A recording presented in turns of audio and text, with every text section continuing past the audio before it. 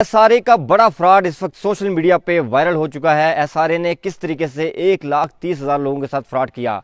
कई हज़ार लोग इस वक्त परेशान हमें दिखाई दे रहे हैं।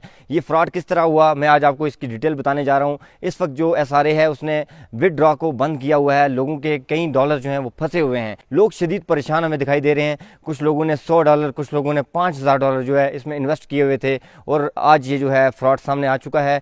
कई लोग इससे मुतासर हुए हैं, लेकिन मुझसे जिन लोगों ने रब्ता किया उनका ये कहना है कि जी जिन लोगों ने हमसे इन्वेस्ट करवाया था पाकिस्तान में, उन लोगों को कंपनी की जानिब से बोनस मिले हैं, उनको मुकम्मल तौर पे तावन किया गया है। लेकिन जो गरीब लोग हैं, जिन लोगों ने इन्वेस्टमेंट की थी, उनको कुछ भी नहीं मिला। और कुछ लोगों ने उधार लेके इन्वेस्टमेंट की थी, $100 जो हैं।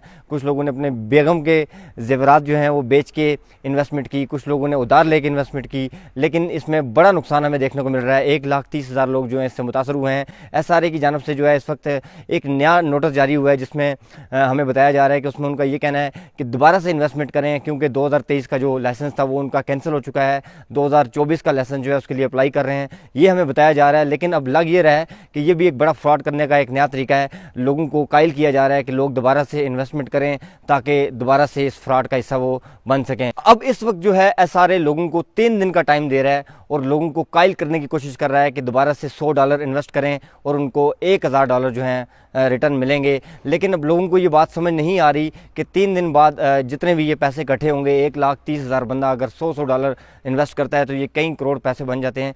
तो वो सारे जो हैं एसआरए कंपनी जो है वो लोगों को चूना लगा के भाग जाएगी। जिस तरह अभी एसआरए बंद हो चुकी है, कई हज़ार लोगों का नुकसान हो चुका है। इसमें हमारे कानून नाफिज करने वाले इदारे बिल्कुल खामोश दिखाई दे रहे हैं। पाकिस्तान में जिन लोगों ने इन्वेस्ट किया वो बड़े बेबस दिखाई दे रहे हैं। कुछ लोगों को इससे फ़ायदा भी हुआ, यकीनन एसआरए से कई लोगों का फ़ायदा भी हुआ। लेकिन इस वक्त जो नई पॉलिसी दिखाई दे रही है वो ये कह रहे हैं कि 2024 का नया लाइसेंस लेना है, नई पॉलिसी होंगी, उसके लिए दोबारा से इन्वेस्टमेंट करनी होगी। लेकिन अभी मेरा मशवरा यही है तमाम दोस्तों को कि कोई इन्वेस्टमेंट करने की ज़रूरत नहीं है, क्योंकि अगर आप दोबारा इन्वेस्टमेंट करेंगे तो वो इन्वेस्टमेंट आपकी ज़ाया हो जाएगी। अपना फीडबैक कमेंट सेक्शन में दीजिए। आपके साथ कितना नुकसान हुआ, आप एसआरए के बारे में क्या जानते हैं, अपना फीडबैक ज़रूर दीजिए।